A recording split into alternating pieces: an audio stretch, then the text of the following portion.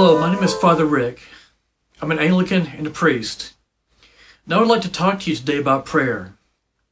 But first of all, I want to tell you about a music lesson I had recently. You see, I'm trying to learn to play a new instrument, and there wasn't anyone around me that taught it the way I needed to learn it and the way I wanted to play it. So what I ended up doing was finding a person in another country to teach me through the power of internet and Zoom technology, the program Zoom.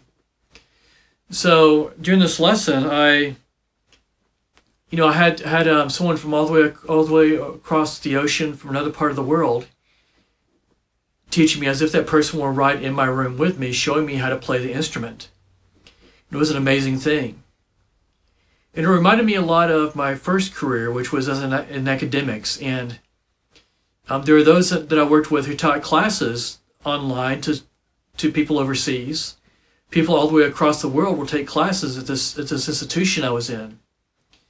It never ceased to amaze me how this could happen, and people could earn a degree from being on the other side of the world.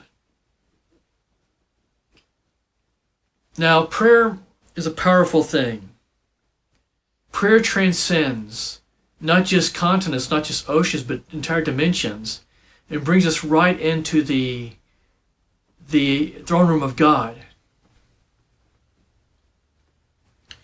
Now, as I mentioned in my last video, I struggled a lot with prayer. I was not very chatty and sometimes felt like I ran out of words or just didn't have the words. I could become very distracted, and I could lose focus, and things would draw me away from prayer. And sometimes I actually fell asleep praying because I just got so tired. And I began to feel that I wasn't very competent in prayer. This made me feel pretty bad about my prayer. Now, struggling with prayer is normal. We all struggle with prayer in different ways. And part of the problem, I think, is we define prayer too narrowly. The definition I always grew up with was prayer is talking to God. Now, I'm recalling a country song where the country singer mentioned prayer as he heard his kid talking to God like he was talking to a friend. That is definitely one way to pray, but it's not the only way to pray. Prayer can be listening to God. Prayer can be doing something in a thoughtful way.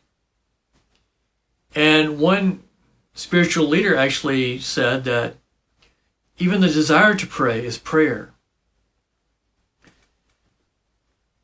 This brings me to another thing I talked about in my last video, which is the prayer book.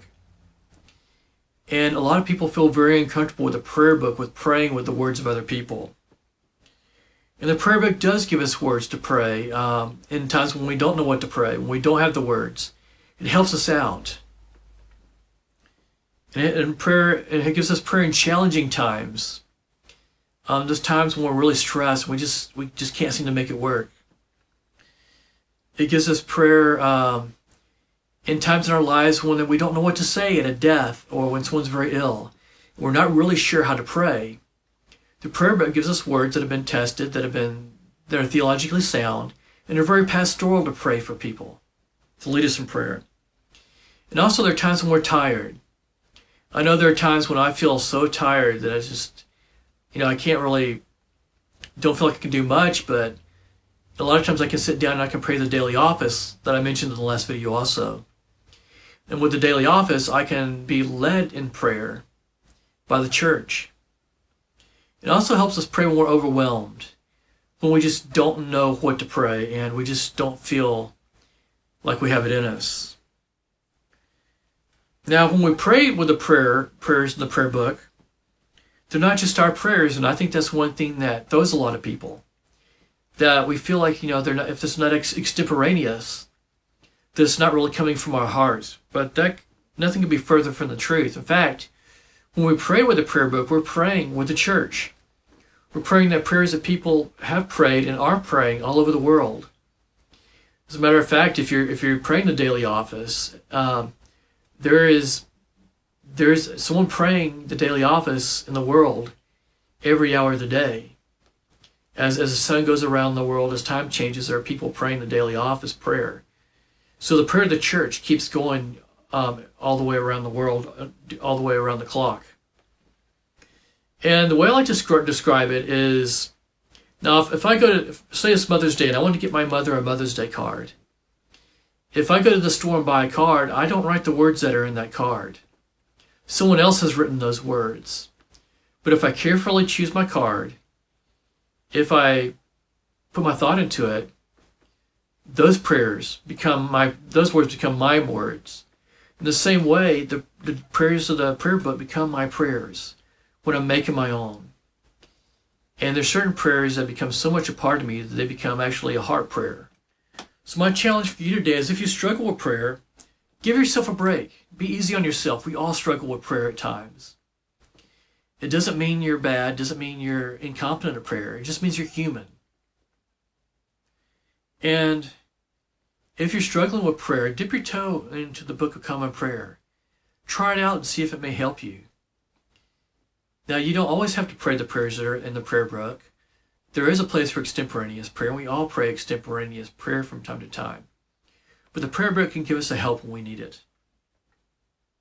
And you might be surprised how your prayer life grows if you do this.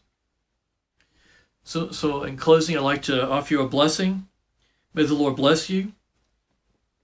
May the Lord inhabit your prayers and keep you in His grace. This is Father Rick, wishing you a good evening and a blessed life.